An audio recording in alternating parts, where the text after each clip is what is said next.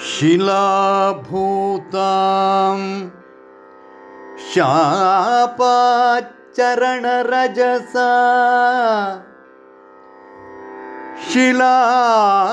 ಶಿಲಾಭೂತಾಂ ಶಾಪಾಚರಣರಜಸ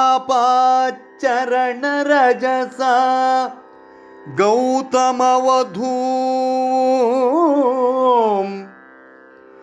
ಶಾಪಾತ್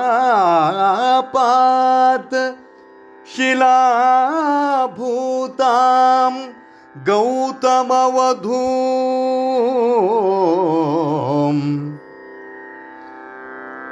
ಚರಣರಜಸ ಯಥಾ ಪೂರ್ವಂ ಕೃತ್ವಾ ಪರಮಸುಭಗಾಂ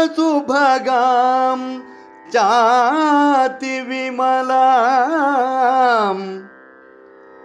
ಪರಮಸುಭಗಾಂ ಚಾತಿ ವಿಮಲಾಂ ಗೌತಮವಧೂಂ ಚರಣರಜಸ ಯಥಾ ಪೂರ್ವಂ ಕೃತ್ವಾ ಮಹೋತ್ತುಂಗಂ ಚಾಪಂ ಮಹೋತ್ತುಂಗಂ ಚಾಪಂ ಸಪದಿ ಶಿತಿಕಂಠಸ್ಯ ಸುದೃಢಂ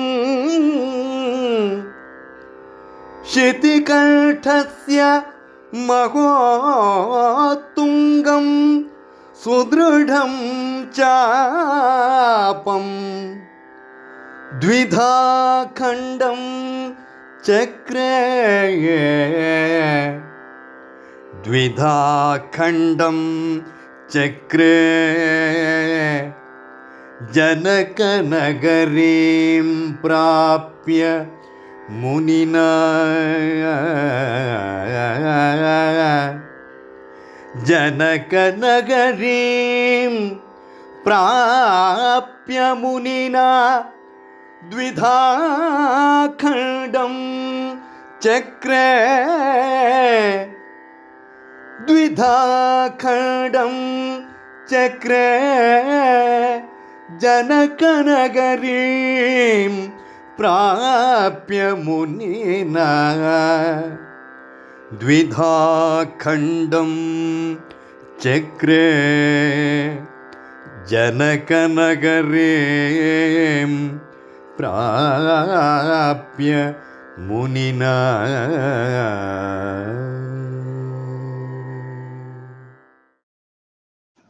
ಶ್ರೀ ಗುರುಭ್ಯೋ ನಮಃ.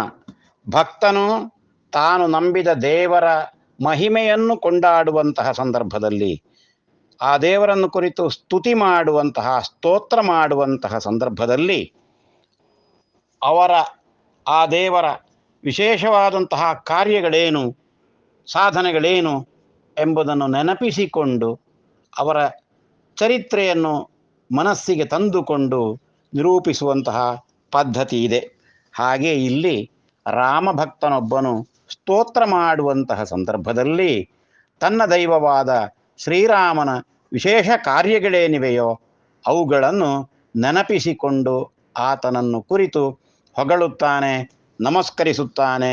ಶ್ರೀರಾಮನ ದಿವ್ಯವಾದಂತಹ ಕಾರ್ಯಗಳನ್ನು ಮನಸ್ಸಿಗೆ ತಂದುಕೊಂಡು ಹರ್ಷಗೊಳ್ಳುತ್ತಾನೆ. ತನ್ನನ್ನು ತಾನು ಆ ಶ್ರೀರಾಮನ ಪಾದಗಳಿಗೆ ಸಮರ್ಪಣೆ ಮಾಡಿಕೊಳ್ಳುತ್ತಾನೆ. ಇಲ್ಲಿ ರಾಮಾಯಣದಿಂದ ಘಟನೆಗಳನ್ನು ಆಯ್ದು ತೆಗೆದುಕೊಂಡು ಆತ ನೆನಪಿಸಿಕೊಳ್ಳುತ್ತಾನೆ. ಈ ಶ್ಲೋಕದಲ್ಲಿ ರಾಮಾಯಣದಲ್ಲಿ ನಿರೂಪಿತವಾದಂತಹ 2 ಘಟನೆಗಳು, ವಿಶೇಷವಾದಂತಹ ಘಟನೆಗಳು ಉದ್ಧರಿಸಲ್ಪಟ್ಟಿವೆ. ಮೊದಲನೆಯದು ಶಿಲಾಭೂತಾಂ ಶಾಪಾತ್, ಶಾಪದಿಂದ ಶಿಲೆಯಾಗಿ ಆಗಿ ಹೋದಂತಹ ಗೌತಮ ವಧುವಾದಂತಹ ಅಹಲ್ಯೆಯನ್ನು ತನ್ನ ಚರಣರಜಸ, ತನ್ನ ಕಾಲಿನ ಧೂಳಿಯಿಂದಲೇ ಆಕೆಯನ್ನು ಪುನಃ ಮೊದಲಿನಂತೆ ಮಾಡಿ ಪರಮ ಸುಭಗೆಯಾಗಿಯೂ ಅತಿವಿಮಲೆಯಾಗಿಯೂ ಮಾಡಿದಂತಹ ಹಿರಿಮೆ ಶ್ರೀರಾಮನಿಗೆ ಸಲ್ಲುವಂತಹದ್ದು ಎಂಬುದಾಗಿ ಹೇಳುತ್ತಾ ಇದ್ದಾನೆ ಆ ಭಕ್ತ.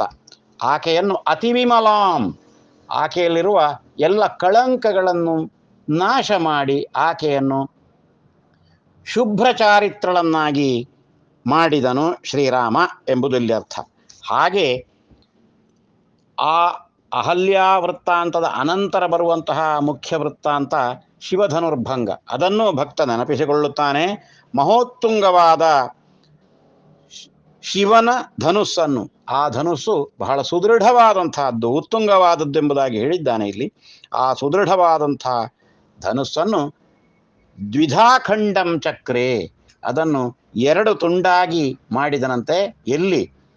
ಜನಕನಗರಿಯಲ್ಲಿ ಕೌಶಿಕ, ಗುರುವಾದಂಥ ಕೌಶಿಕನ ಜೊತೆಗೆ ಅಲ್ಲಿಗೆ ಹೋಗಿ ಈ ರೀತಿಯ ಒಂದು ವಿಶೇಷವಾದಂತಹ ಸಾಧನೆಯನ್ನು ಶ್ರೀರಾಮ ಮಾಡಿದ ಎಂಬುದಾಗಿ ಭಕ್ತ ನೆನಪಿಸಿಕೊಳ್ಳುತ್ತಾ ತನ್ನ ಸ್ತೋತ್ರದಲ್ಲಿ ಶ್ರೀರಾಮನ ಸಾಧನೆಗಳನ್ನು ತನ್ನ ಮನಸ್ಸಿನಲ್ಲಿ ಪುನಃ ಪುನಃ ಸ್ಮರಿಸಿಕೊಂಡು ಆತ ನಮಸ್ಕರಿಸುತ್ತಾನೆ.